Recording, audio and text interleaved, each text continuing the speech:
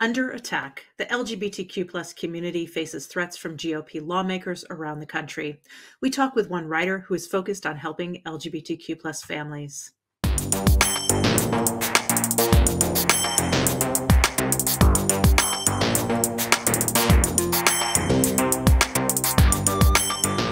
Welcome to Advocate Today. I'm Tracy E. Gilchrist. The White House is responding to a newly passed Tennessee law that restricts public drag show performances. The law will charge violators with misdemeanors and repeat offenders with a felony. It is the first state to pass a bill of this kind, and it adds to the rise in anti-LGBTQ plus bills being introduced and passed across the nation. The White House calls it unacceptable and unfortunate.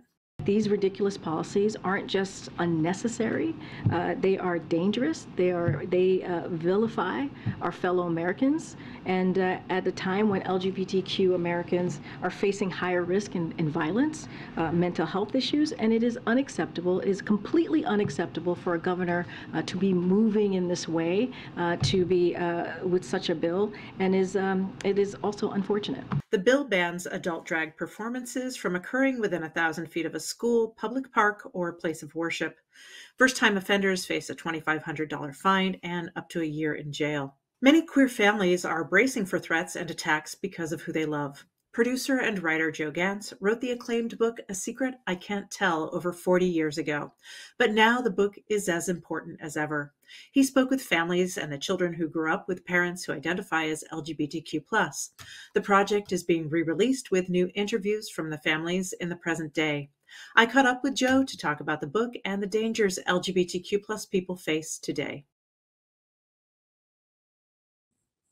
Hi, welcome Joe Gantz, author of A Secret I Can't Tell. Thank you for joining me today.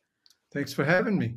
Yes, wonderful. Well, you have re-released this incredibly important book that came out 40 years ago, telling the lives of queer families. And I wonder if you would kind of go back in time a little and share what your impetus was for creating this book and going into families of LGBTQ plus people and documenting those stories.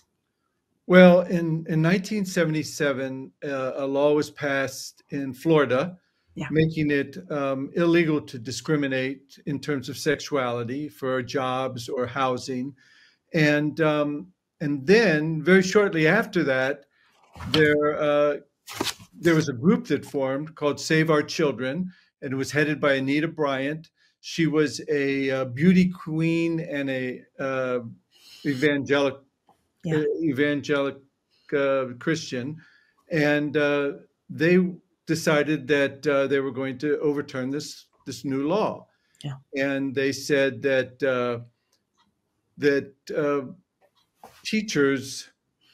gay teachers would be very bad for kids, and if it allowed gay teachers, that would be terrible.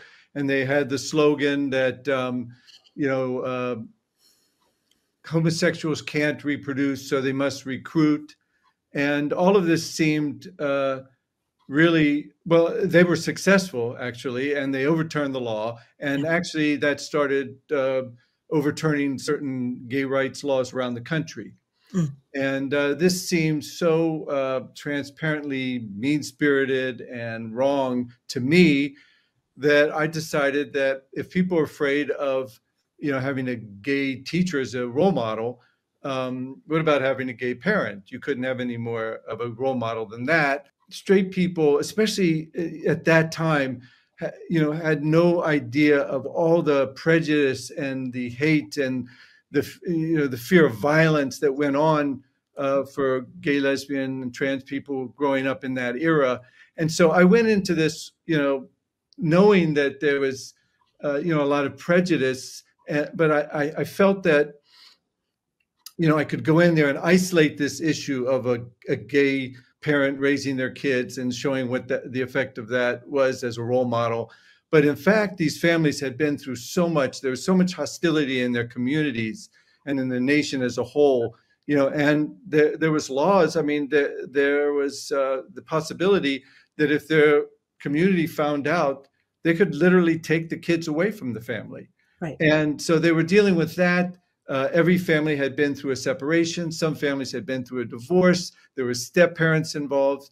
And so Um, I really feel that the what was said by the families, and I let them really talk freely and talk about whatever was important to them. I didn't try to, have them answer any questions really, and so I put that together. But I felt that in 1983 or in the 80s, in sort of these beginning years of the gay rights movement, that this story was sort of too nuanced for some people, and they might not understand that the issues that these families were having were issues that many straight families had to deal with in terms of Right. divorce and step parents and whatnot. And so I decided I wasn't going to try to put it out again. Yeah. I was doing documentary films at that point. I made Taxi Cab Confessions on HBO. I know, amazing. I made a number of documentaries, social action documentaries, and then I decided that it was time to put it out again. I went back to these families. I interviewed the kids. I call them kids, but they're in their 50s now. Right, right. And I interviewed them again, and they said really interesting things about their lives now and their kids' lives and whatnot. And so I put it out again, and there it is. Yeah. Well, I thank you for all of that background. I wonder, now you're putting it out now, so you must have had some idea of this kind of snowball of similarities between what's going on now and what happened with Anita Bryant. We have Florida Governor Ron DeSantis, who's really spearheading a campaign to erase LGBTQ plus people. And I wonder if you would talk about that very eerie similarity. Yeah. So on the one hand, what is happening in Florida now and what happened in Florida in 1977 and 79 is very similar. What it's doing is trying to, spread hate and fear in order to distract people from other issues. And, there's the same thing going on where they're using, hatred of minorities, hatred of LGBTQ communities.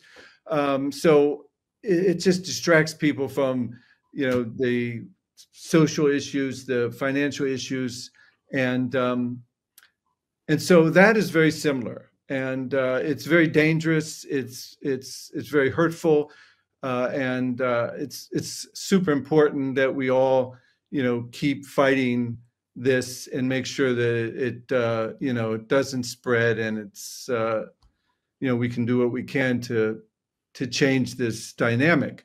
But I will say what is different, and what is extremely different, is the sort of feeling in the country as a whole, from the 70s and early 80s to now. It's really night and day. The people who are making these rules in Florida and in Texas and in places like that are white men, old white men who grew up in segregated communities, who have no sense of what's going on in this country. And the people in this country, whereas in the the 70s and 80s, you would watch TV and you would think that it was all white Christian country.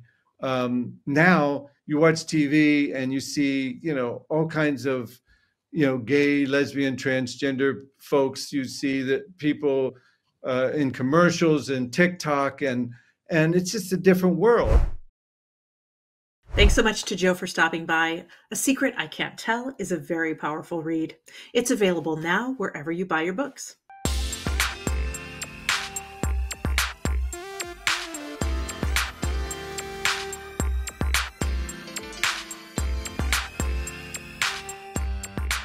March is Women's History Month, and today we are celebrating the trailblazing playwright and author Lorraine Hansberry. Lorraine Hansberry was the first African-American woman to have a show produced on Broadway, which was A Raisin in the Sun. The Tony Award-nominated show was named after Langston Hughes' poem known as A Dream Deferred. The beloved story has been revived on Broadway and adapted for TV many times. Hansberry was the youngest American to win a New York Critics Circle Award at the age of 29. Hansberry was also queer. Nearly 60 years after her death, her legacy as a Black woman and playwright lives on. That's all the time we have for this Advocate today. You can visit advocatechannel.com or the Advocate channel wherever you stream for more content and coverage that advocates for all. I'm Tracy E. Gilchrist. I'll see you next time.